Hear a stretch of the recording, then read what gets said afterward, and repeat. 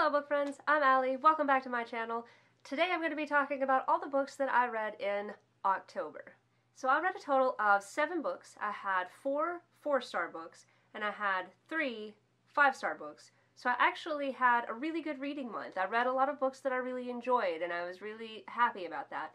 Glad that I enjoyed everything that I read this month. So let's get into the books that I read in October. The first book that I finished was The Turn of the Screw by Henry James. I gave this 4 stars. I thought that this was a very atmospheric, very spooky book, and I really enjoyed it. I liked the fact that you could see this book in different ways. You could look at it as the governess slowly losing her mind and like hallucinating, or you could look at it as there actually being ghosts in Bly Manor.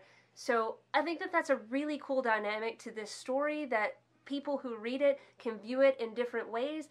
I gave it 4 stars because I felt like it was a little bit lacking in the end of it. It just kind of ends abruptly and it felt like that it needed a little bit more. And I enjoyed how creepy and scary the story was, but also I wish that it had been fleshed out just a little more.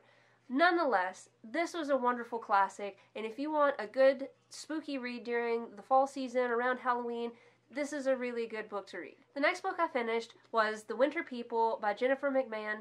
McMahon? I think that's how you say it. I gave this book 4 stars. This also was a very creepy book. And the cool thing about this book is that it starts out fast-paced and then it doesn't slow down. You start out in the past in this farmhouse on this land that is supposed to be basically haunted or cursed, and it insinuates that it's like Native American curse or something of that nature. It doesn't exactly go into that, but it does kind of lean toward that.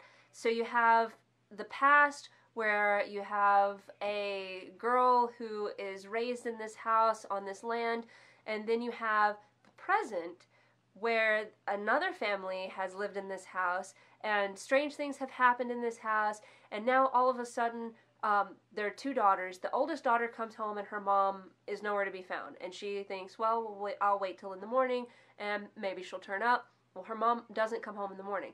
So then she's trying to figure out where is her mom and why has her mom disappeared.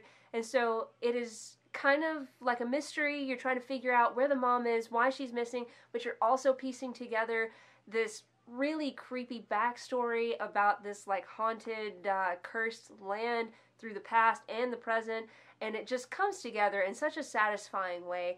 I really enjoyed this, and I think that it is a really great book. I highly recommend it. If you're looking for something really creepy, this is definitely a go-to. The next book I finished during the 24-hour spooky little readathon was City of Ghosts by Victoria Schwab, and I really enjoyed this. I gave this 5 stars. I thought that this was such a good book. It follows a girl named Cass and her best friend Jacob, and she can see ghosts after she has a very close call with death. And so it's about her learning about that special ability, and then her parents are ghost hunters and she goes to Edinburgh and she is ghost hunting with her parents and she is experiencing this haunted city, and just everything about this book was so much fun. I really enjoyed it. It actually scared me more than I thought it would because I was reading it in the middle of the night, and it actually is a little scary, and for a middle grade book, I was surprised by that. I thought that it was great though. I really enjoyed it, and I think that at the end it gives you almost like this feeling of hopelessness, like, oh my goodness, how are we going to pull this back together? But it's just fantastic. If you enjoy middle grade and you're looking for a good spooky book that's not too scary, this is a really good read. The next book that I finished is Every Heart a Doorway by Shauna McGuire, and I actually read the second book in September, and then I picked this one up in October because I've heard that there were spoilers for the second book in this book, and there are spoilers in this book for the second book. I would recommend, if you're going to read this series, start with Down Among the Sticks and Bones, because it introduces you to a major plot line for this book that I feel like the spoilers are just too much in this book. I gave this 5 stars. I really enjoyed reading this. It's super short, so it's a really quick read. It's kind of a mystery. You go into it with a girl named Nancy who's going to a boarding school. She has been rejected from a fantasy world from a doorway that opened up to her magically. Kind of think like Alice in Wonderland, like through the looking glass type deal, but all of the children in this book are the wayward children, and they are being collected at this boarding school so that they can adjust to having been kicked out of their magical realm and being back in the real world. And so Nancy comes to this boarding school and she's adjusting to the people there, and then a mystery happens and she's involved with it, and it is the conclusion to that, and it's really good. I really enjoyed it, and it is a nice fall atmosphere book. After that, the next book I finished, I'm really glad that I got into this book as much as I did because I didn't think that I was going to like it this much, and that is the Crescent City House of Earth and Blood. I really ended up enjoying this book, and I know that a lot of people have kind of mixed reviews on this, but I gave this 4 stars, and honestly, I had a really good time reading it. The first 150 pages were frustrating because it's a lot of info dump, and I wanted to DNF a few times because the info dump is just too much. It gives you a lot of exposition on the world by just dumping it on the reader instead of introducing it bit by bit. And so it becomes too much, and then you become a little bit confused about the world. You don't really know what to expect from the world because there's a lot going on right at the beginning. But after you get past the 150 page mark, it starts to pick up. And then once you get to like the 600 page mark, you don't want to put it down. It is so good, and I got so invested in these characters, and my entertainment value for this book was just super high. I can't wait for the next book and to see what happens with these characters and where she's going to take this series. I've heard there's going to be 3 books, maybe 4 books, so I look forward to seeing what she's planning on doing with this. I have to say that her writing didn't always jive with me.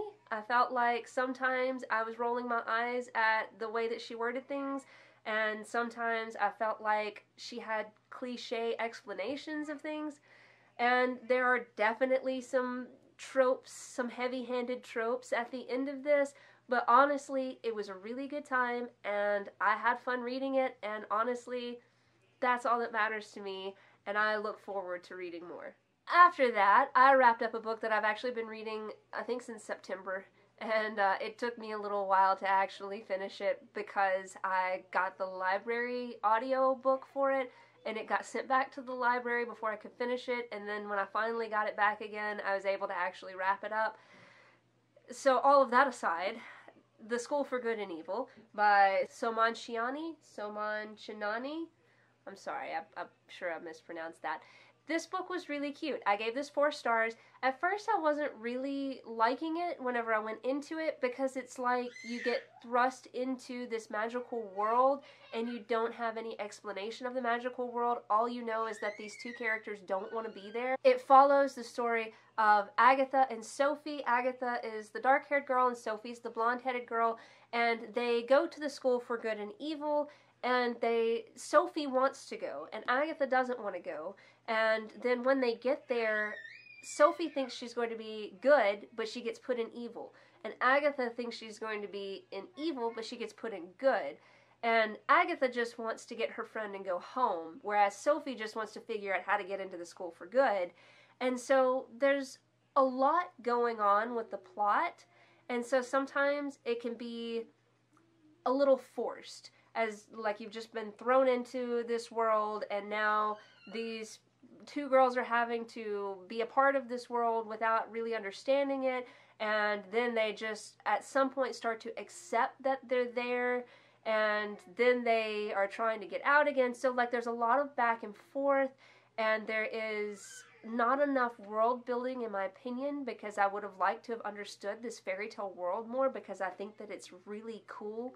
But I'm disappointed that there wasn't more of that. I think that what the author is trying to portray with this story is great, though. He really goes into the actual differences between good and evil, and what makes good good and what makes evil evil, and how there is a duality between good and evil in everyone, and how You can't just see good and evil as just cut and dry black and white. And so I feel like that's a great message, and I love that he took classic fairy tales and turned them on their head for this to make it more interesting and kind of shake things up.